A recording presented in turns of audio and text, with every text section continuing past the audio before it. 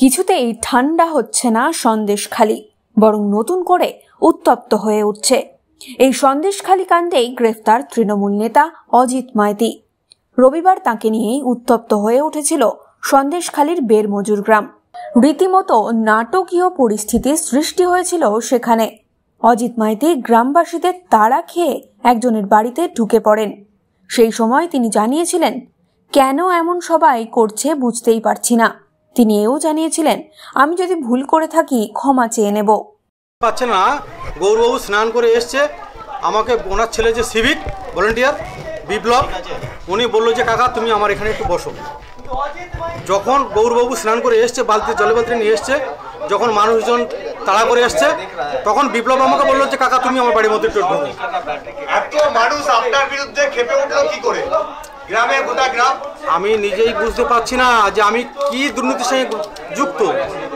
আমি বারবার বলেছি গ্রামবাসীর কাছে, হাত জোর করে অনুরোধ করে বলছি, যদি আমি কোনো ভুল ত্রুটি করে থাকি, কারো জমি জায়গা টাকা পয়সা নিয়ে থাকি, আইন আছে, পুলিশ প্রশাসন আছে, লিখিত আকারে দিক বা ওনারা ডেকে নিয়ে আমাকে বসুক বাড়ির সন্তানের মতো।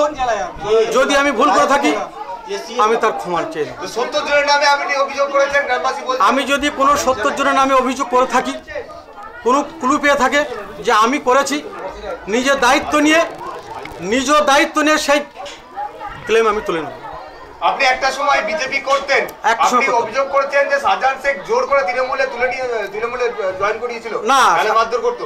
শাহজাহান শেখ নিয়ে আসেনি।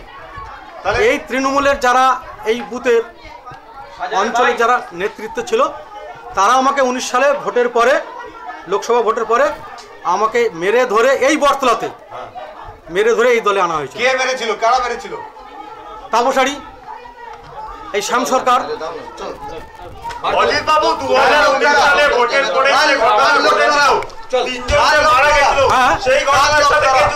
তখন অঞ্চল সভাপতি ছিল ডাক্তার মানে পুরো নাম সিরাজউদ্দিন শেখ।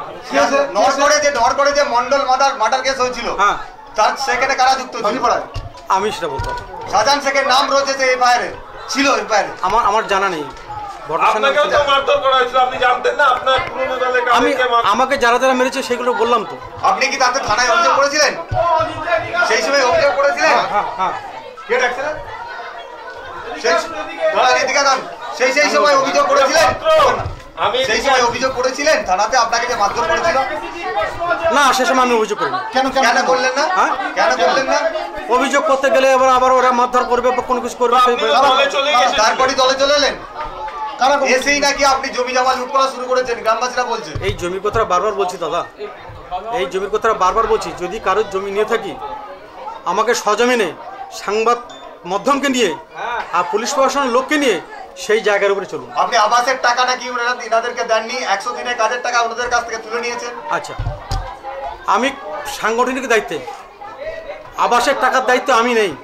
আমার কলমে কোনো টাকা ওঠে না। কিন্তু আপনার নির্দেশই কাজ করতে হয় কেন? সুপারভাইজার যে সে হচ্ছে 100 দিনের কাজের টাকা লেনদেন করে, তাহলে আমি কি করে ওদেরকে দিলাম না? গ্রামবাসীর এই ক্ষোভটা কি তাহলে কি কারণে?